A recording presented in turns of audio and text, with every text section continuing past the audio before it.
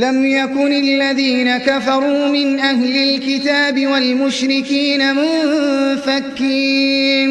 منفكين حتى تأتيهم البينة. رسول من الله يتلو صحفا مطهرة فيها كتب قيمة. وما تفرق الذين أوتوا الكتاب إلا من بعد ما جاءتهم البينة. وما أمروا إلا ليعبدوا الله مخلصين له الدين حنفاء ويقيموا الصلاة ويؤتوا الزكاة وذلك دين القيمة. إن الذين كفروا من أهل الكتاب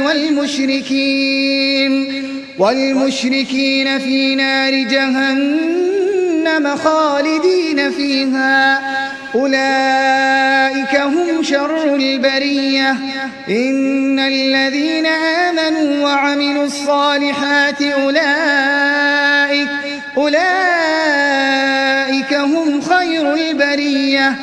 جزاؤهم عند ربهم جنات عدن تجري من تحتها الأنهار خالدين فيها أبدا رضي الله عنهم ورضوا عنه ذلك لمن خشي ربه.